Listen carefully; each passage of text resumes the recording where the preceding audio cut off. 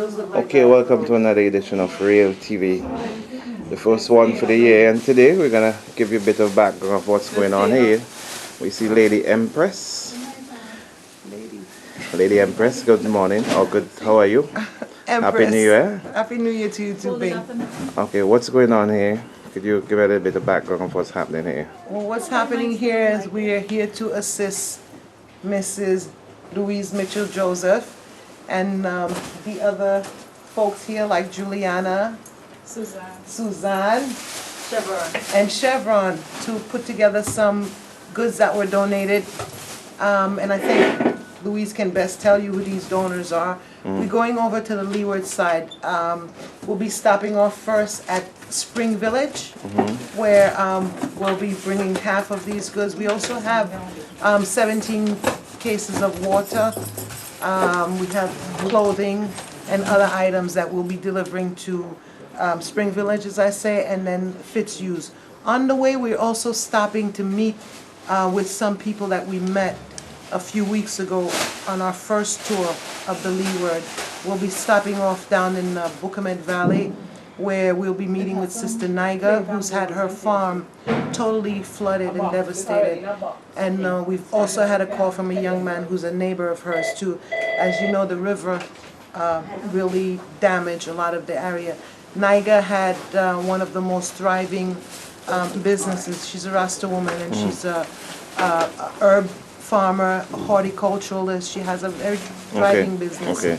So she lost that. Okay. And we're also, Louise, we're stopping off in Petit Bordel also to assist some people that had given us. Okay. All right. lists. So we'll be spending the day with you guys today, and we'll be catching what's happening and what all will be going on for the day today on Real TV. All right.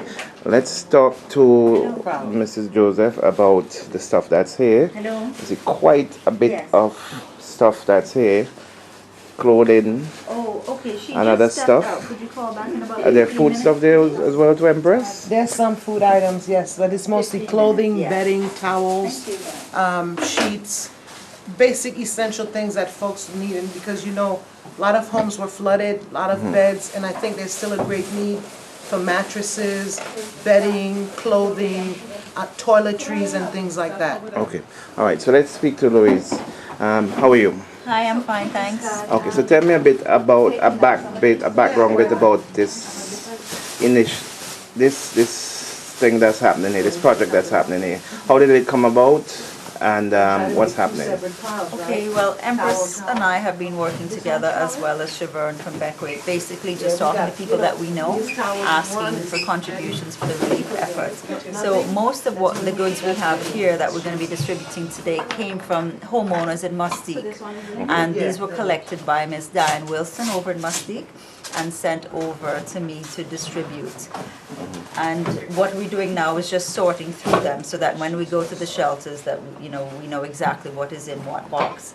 So we have a lot of stuff, a lot of towels, in very good condition, and linens and stuff to give to persons today. And in addition to persons from Mustique, we have had some donations from Vincentians as well, like Lenore Lane passed by and gave us some stuff. Sharda Ballers did as well.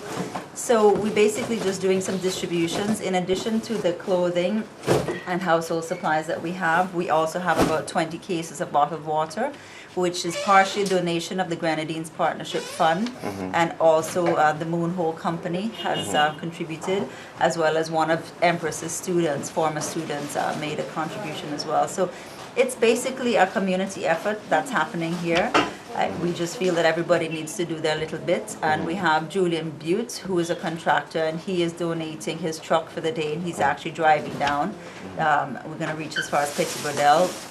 So No, I've seen quite a bit of stuff here. Some of them have been taken out to the truck.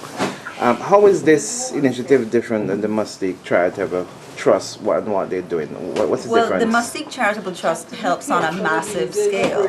I mean, they give a lot of money, and there's a big coordinated effort happening through the Mustique company itself. But in addition to that, the Mustique homeowners have been giving have been giving goods. So this is just additional stuff coming from Mustique. So basically Mustique is helping on all different levels.